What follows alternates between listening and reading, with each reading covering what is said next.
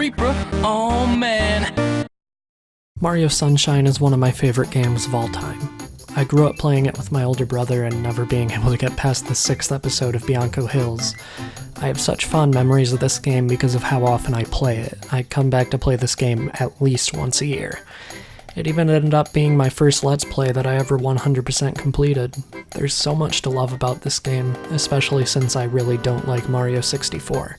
Mario Sunshine takes all the things I don't like about 64 and makes them way better. I could talk about this game for hours without getting bored. Just ask Obsolete and Mistyy. Whenever we get the Delfino Plaza stage in Smash Ultimate, I point out every single inconsistency I can see between the stage and the original game. Sorry about that, guys. I know that's annoying. And now, a message from our sponsor. So there's this one time when I had surgery in my mouth, right?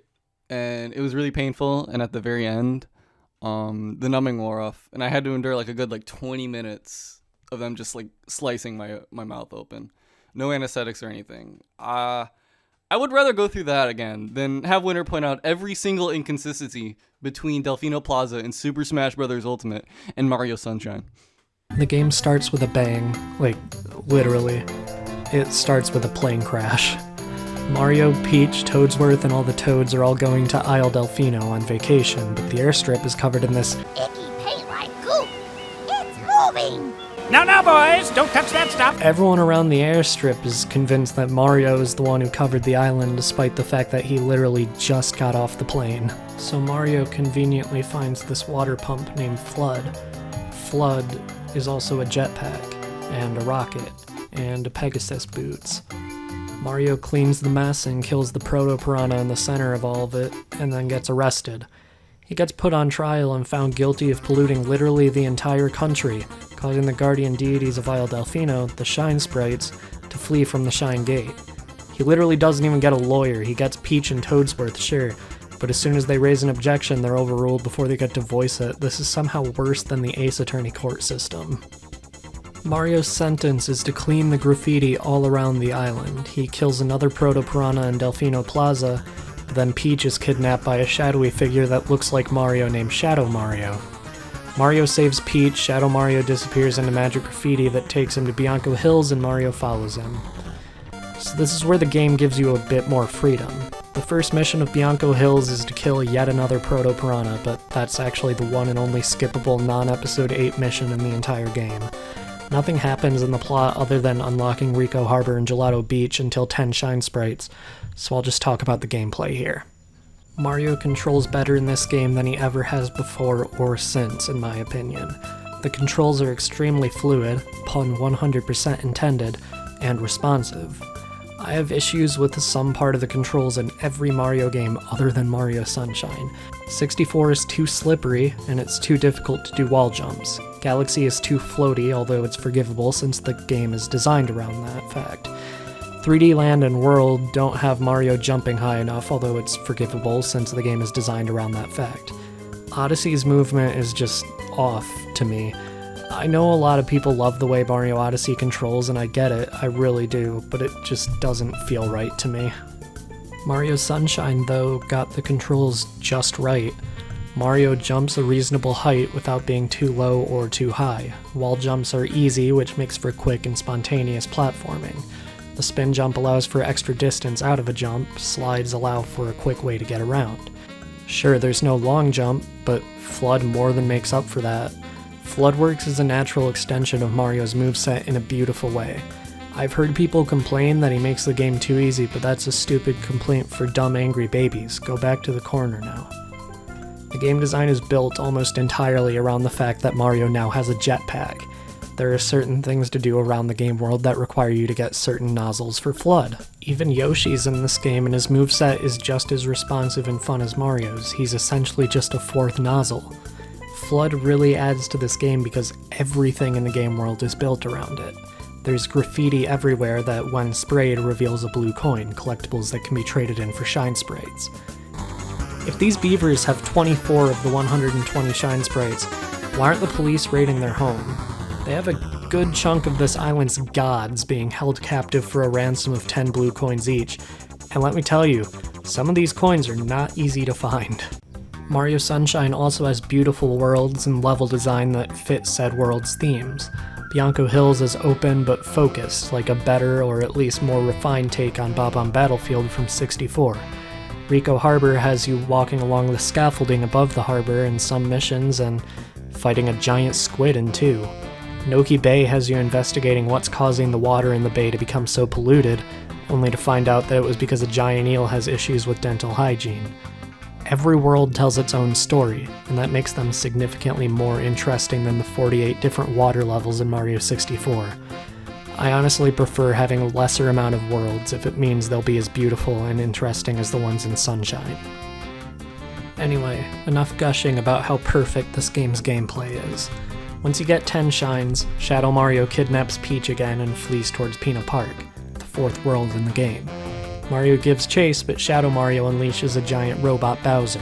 And so Moses said unto the Egyptians, "Let my people go, lest I shall part these red seas." Mario gets on a roller coaster to fight it using rockets, and once he defeats it, Shadow Mario reveals himself to be Bowser Jr. Leave my mama alone, you bad man. I won't let you take Mama Peach away. So Bowser lied to Bowser Jr. saying that Princess Peach is his mother and Mario kidnapped her a long time ago because that makes sense. He also explains that his paintbrush was given to him by Professor Egad from Luigi's Mansion, who also invented Flood based on the design on his back. I like that they're connecting these two games that otherwise have literally nothing tying them together. Bowser Jr. takes Peach with him to Corona Mountain, leaving Mario to collect the 7 required shines from every world in order to reach the inside of the mountain that's blocked off by this impenetrable, rickety old wooden fence. Before I skip straight to that, though, I want to talk about more gameplay-related stuff, most notably my favorite and least favorite levels. My favorite mission in the game is by far the boss of Tricky Ruins in Noki Bay. Sure, it recycles Gooper Blooper for the 3rd time, but the concept of exploring these ancient ruins in Noki Bay is super cool, and so is the fact that the shine is located in the tomb of an ancient Noki king. My least favorite mission has a lot of levels tying. Lily Pads of Death is garbage. You have to control a lily pad while collecting all 8 red coins, but if you hit the water, you die. And if you miss a red coin, you have to painstakingly walk along the edge all the way back to the beginning just to get a second chance at getting any coins you missed. Secret of the Village Underside is also terrible for 3 words. I'm a chuckster! I used to hate the Watermelon Festival, but I actually had a pretty easy time with it thanks to my genius angling of my shot. Everybody seems to hate Pachinko too, and I'll concede that it's technically really bad level design, but again, I just didn't have that much trouble with it. I had a surprisingly easy time with most of the levels I generally used to struggle with, honestly. A lot of people don't like that it's required to defeat Shadow Mario in every world to unlock the final level, but I personally really like that about the game. It gives a sense of focus and you always know what you're supposed to be doing because of it. Mario 64 was more open in this sense, where you could basically completely ignore a world and still get to the final level. I quite like that you have to go to every world in Sunshine though, because every world is interesting and fun to explore, unlike Mario 64. The stories of the worlds are fun, and it's nice to see the resolutions your actions have brought to them in the 8th episodes, except for the Watermelon Festival. That one's just bad. After collecting the 7 required shines from every world, Delfino Plaza is flooded. I don't know if this was just convenient timing or if Bowser Jr. somehow caused it, but he runs into Corona Mountain, which is no longer blocked by the gate. Once you enter, you'll see that this level looks pretty good from the start. There's some tricky flood-related platforming with tons of insta-death all over the place, but it feels fair and challenging. However, the platforming soon ends and you're forced to use a mud boat to reach the final platform. Mud boats in this game are terrible.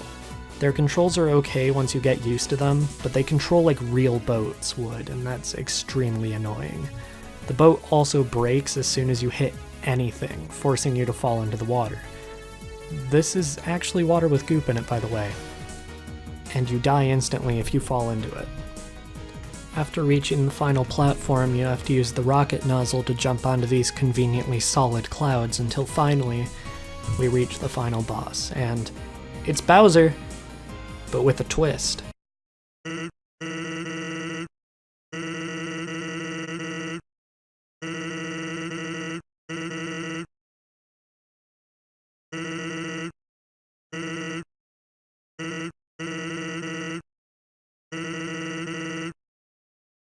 So the goal in this fight is to use the rocket nozzle to slam into these platforms at the end of Bowser's giant bathtub. Flood gets more and more damaged as you do, and eventually the bathtub falls, with everyone falling from the sky. Mario and Peach land on an island, and Mario is forced to bear witness to Flood actually legitimately dying, after all they went through together. The townsfolk all celebrate the return of the Shine Sprites, and Bowser tells Jr. that Peach isn't really his mom. But surprise, Bowser Jr. knew all along, and was just playing along with Bowser's scheme anyway. What a little brat. After that, Mario and Peach are relaxing in front of a hotel in Serena Beach, when the Toads show up with a newly repaired Flood. The vacation starts now. Then the credits. But, I 100%ed this game, so what's our reward? It's a postcard. It's a postcard that isn't even in the correct aspect ratio. That's the only thing you get for 100% completing Mario Sunshine.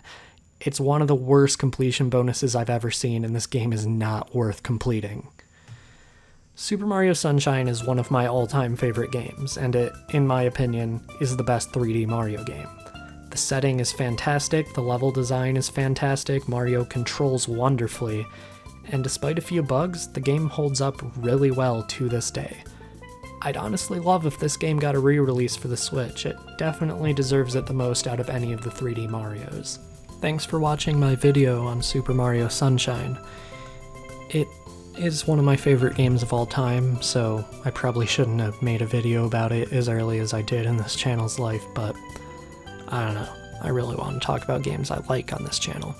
If you liked the video, you can leave a like and subscribe. I don't like asking for likes and stuff, that just feels dirty to me, but whatever. Also subscribe to Mistyy, who provided his voice for this video.